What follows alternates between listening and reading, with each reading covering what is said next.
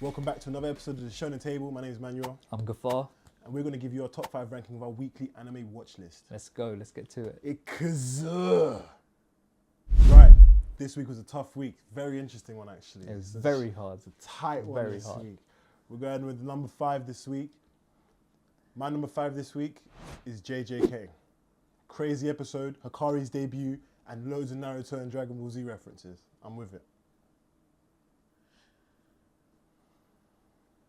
So yeah, JJK was actually an amazing one. I can't lie. It edged the top 5 this week. I'm not gonna lie to you. There was amazing episodes this week, but the references for DBZ, Naruto. I heard that there was gonna be a huge fight between Yuta and Panda. So I was like, okay, I'm ready for this. I want to see it.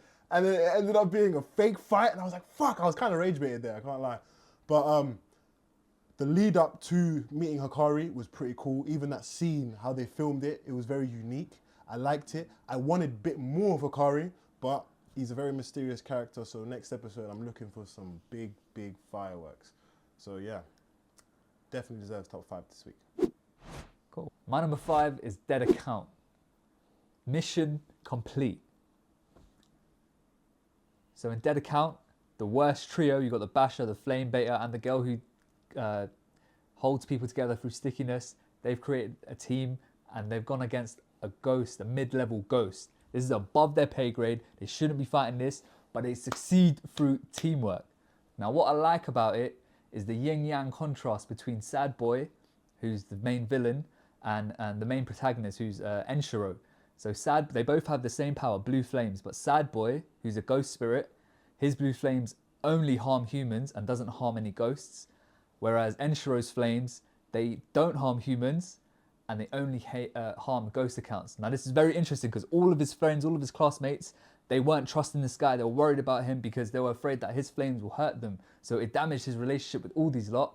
But now it's a breakthrough because now they can work with him together as a team and fight people without thinking they're going to get harmed by his blue flames from their own teammate.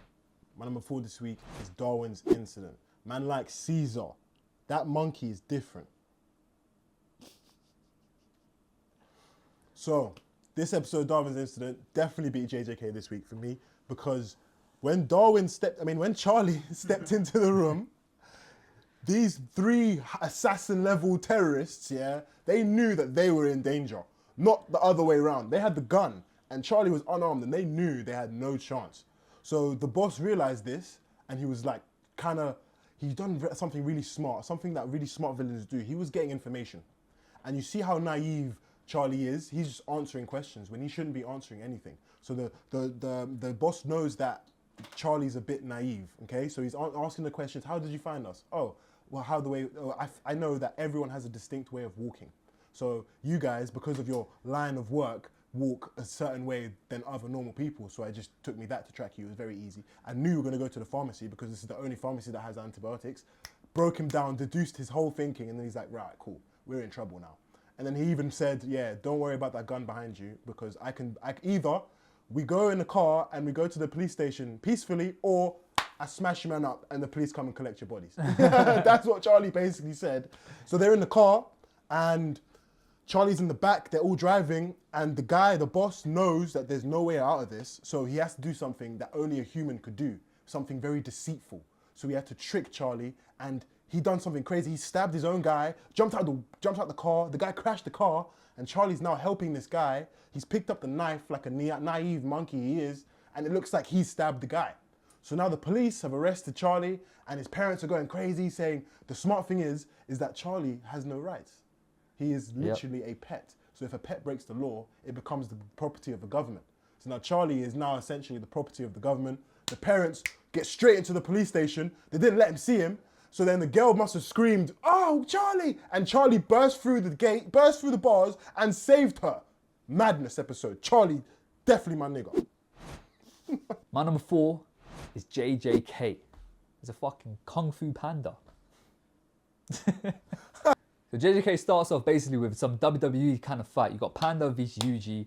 They're literally talking, whatever. But that's not what I want to talk about. I want to talk about the scene where Yuji's speaking to Hikari. Because I understand from other people talking about it, the directors and the work and effort they put to make into that scene.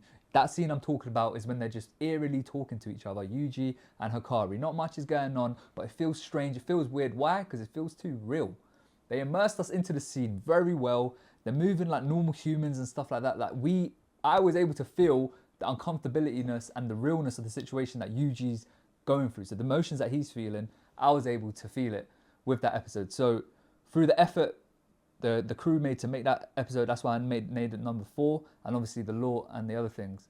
One thing I also want to say is suck it, you Bleach fans, yeah? We've got clear Naruto references, yeah? So let's talk about influence in that aspect. And then obviously we've got the Fight Club one. What's the number 1 rule of Fight Club? Don't speak about Don't speak about Fight Club. Pop culture references, I love it. That's why I put it number 4. Very good. Our number 3 this week It's Fire Force. Shinra, finally some screen time. The White Clad are geniuses. Fire Force, Shinra is back. So we saw the 8th pillar come out and we didn't know who was coming. Some next guy came. I don't even know who the Raffles guys is. But anyway, Shinra pulled up out of nowhere and he was finally about to fight him. And Sho pulled up out of nowhere and it was like, whoa. But the main thing that I want to talk about is how casually Shinra just said, yeah, I could just go in light speed. What? You could go light speed, bro? Like, what the hell just happened here, bro? So that's what happened. He was about to go light speed and about to smoke this stuff. But the light speed is actually so powerful. If he used it, he would have hurt his people in the comrades. So number 3 this week, definitely for me, 100%. So why I put Fire Force as number 3 is because the White Clad have orchestrated everything. They've put Shinra and Sho, their 2 pieces there. They put Raffles in there and they made sure that this whole epic thing was going to get documented to the public. Yeah. Bear in mind that what the Adiola is the public's imagination and what they perceive. So they perceive Raffles as their spiritual leader. Okay. They see Shinra defeat Raffles. Oh, they see a devil against their spiritual leader and succeeding. So they're now going to see Shinra, who's supposed to be their light of hope. They see him as the devil. So rather than what Sho wanted Shinra to be was to be hope for the public. So then the morale of the entire world, it goes up. But the opposite happened. But the opposite now happens because he defeated Raffles. Because they were like, you're a devil, you're a devil. Yes, devil. exactly. You killed our hope. So that is going to make Adiola go towards destruction. The imagination of the people is going to go towards destruction.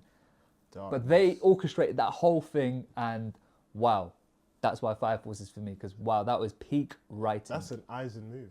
That is an Eisen move. It was. My number 2 this week is Fate Strange Fake. Insane. This is going to be one of the biggest Fate series ever. So, we start off by meeting a new character, a new master, and he's been indoctrinated, I believe, in the beginning, since he was a kid. And now he's picking his servant. He's in cahoots with the people that created the fake Holy Grail War and then activated the real one. So there's a lot going on right now. It's hard to catch up. But listen, this kid was asked, what do you want from the Holy Grail War? And all he said was, I just want to eat well and sleep well. Stop the cat. What? Stop the what? He's a liar. But the first couple seconds of the episode, we see his mum saying, oh, avenge me or do something. So cool, we're going to see some sort of twists of fate there. This guy now summoned a servant. The servant he summoned was not a normal servant. Loads of different shadows came. They claimed there were shadows of the actual servant. The servant is in the sky and he can see everything. You can see in his eyes. He can see where every other servant and master was. So he's got like omniscience or something.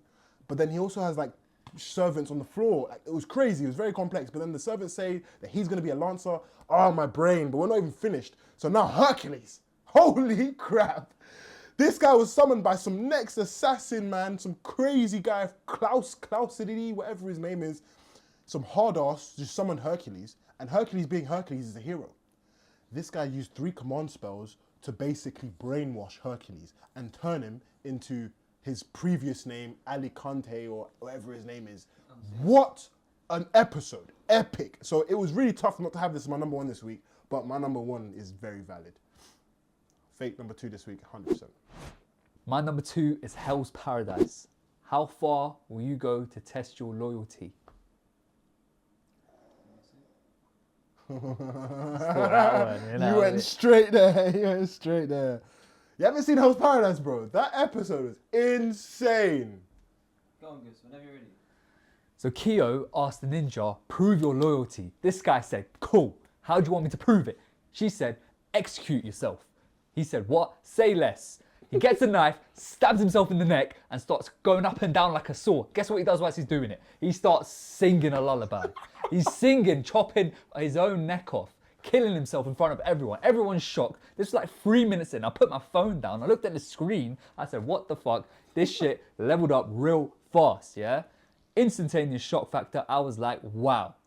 Then we get introduced to another Yamada, Shugen. He's the number 2. He's the number 2. He's got a black arms, black robe, might be from the Akatsuki, yeah? Because what he does, actually I don't want to say. What I want to say, what he does is, he's the John Wick of the Yamadas, yeah? He maki'd, this is his backstory, he maki zenin'd 20 families and all generations within them. Women, babies, dads, granddads. That's his backstory. This guy is now on the island looking for Gabimaru and everyone else. He is chaotic evil. That's how he does. He said, any one of your family members could become another mafia member, so I'm going to kill them all to make sure there's no mafias left. That's his mentality. Darkness. You don't want him to come chase you. I don't want to step in that room with him. Do you know what I mean? Or any of my cousins for that matter. My number 1 this week was Hell's Paradise. What an intense episode this week. Defo number 1. Hell's Paradise, my number 1 episode this week, and it was insane. We got introduced to Shugen and the Iwakuguru ninjas and stuff. Insane beginning. But Shugen stole the show. This guy is a murderer, but I feel like he's also like a Kainu. He's a cool guy if you're a Marine, or if you're like another samurai, he's one of the best guys ever. But if you're a criminal, there's no mercy. There's no such thing as mercy at all. This guy killed 20 Yakuza family members, babies, women, children, all because of the probability of those people becoming Yakuza after the main guy is dead. Insane. He had Yakuza members crying, saying this guy is not human. You know what I mean? And this guy stepped on the island, and we saw how strong he was. He's the number 2 Yamada, Simon, whatever it is. And he was fighting these monsters, which took ages for these guys, with his bare hands. And he just started dissecting them with no problem. He saw his dead sensei on the island, the Aizen, whatever it is, red-haired eye patch. He got smashed by the big guy. Yeah, he was mourning him, and we saw the other people that are there, and it's just a whole bunch of murderers on the island. So regardless, there's going to be a big fight at the end of Hell's Paradise, and I'm here to watch that. Number 1 episode, crazy. My number 1 of this week is Fate Strange Fake. What the fuck is going on? We start off with Fate, with a little boy. He's gone through some crazy PTSD, trauma, backstory, wars and all this stuff. He loses his mum. He's been adopted by some other woman, by Francesca, I believe. She thinks he's a mindless tool, but we know it's heavily insinuated. Well, it's not heavily insinuated, but I think he wants that holy grail to wish for his mum to come back. Let's talk about Hercules, or Acides, at this moment in time.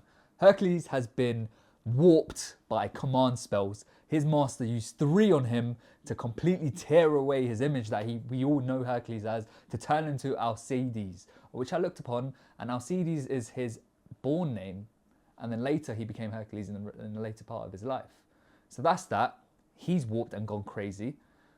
Francois Pilate, or Francesca Pilate. Francois Pilate was, I looked into him as well, he's an Italian clergy / alchemist. He's related to some French knight called Gilles de Rais. Gilles de Rais is a sketchy character. He's most known for murdering some kids and doing some bad things to them. This Francois, he used to assist him. So this guy surely is not a good person. So that's who the history is in the background of this Francesca Prelati is. Now the main thing is how can you have a Francois Prelati and a Francesca Prelati? One's the master and one's the servant. So the original one was a boy, Francois. He died a couple times, but his first death was seen as a heroic death. But he died a couple times after that and became Francesca. But how can they both be master and servant? I don't know. And all these things that I don't know, it makes me want to watch Fate more, because too much is going on. Right, I got a question, Guffz. Hit me. What anime characters have too much screen time? Takemichi. Listen, I love Tokyo Revengers, yeah? But I care more about Draken and Mikey, bruv. Pattern up Takemichi. Okay. What about you? Me, it would be Usopp. 100%. He's been useless for like 900 episodes. I'm telling you right now. He doesn't even need to be in the show. Someone kill him off. I'm telling you, bro. Don't disrespect Soga King, bro. Fuck Soga King, man. Nah, swear down, man. He tried to put hands on Luffy, bro. End. Done. Dusted. Sanji as well. He's on a chopping block. I don't care if he's a robot as well. He has too much screen time as well. Put him there as well. I dare you touch my Luffy, bro. Idiots.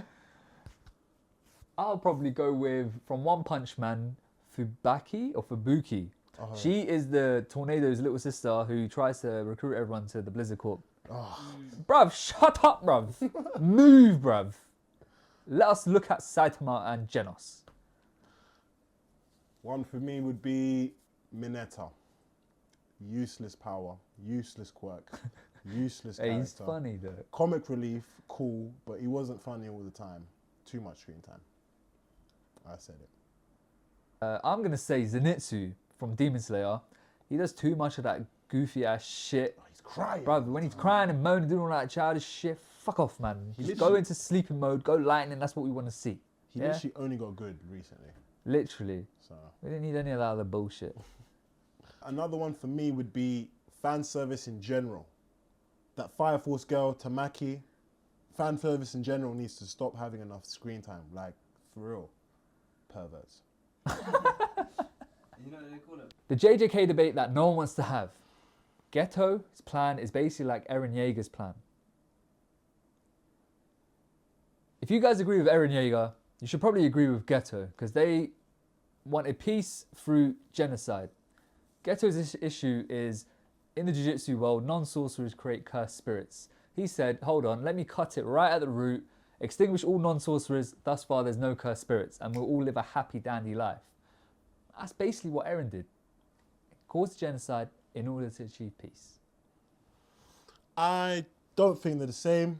I think Eren was forced to do the genocide, so that's a completely different boat from Geto. Geto is choosing to kill non-sorcerers because he believes it's going to be a cleaner world or a better world for sorcerers, but I don't know. Nah, you guys that support Eren, you just don't want to say the fact that Geto's actually a hero. Thanks for watching another episode of the Shonen Table. We're going to see you guys real soon. Please like, comment and subscribe. Ikuzu.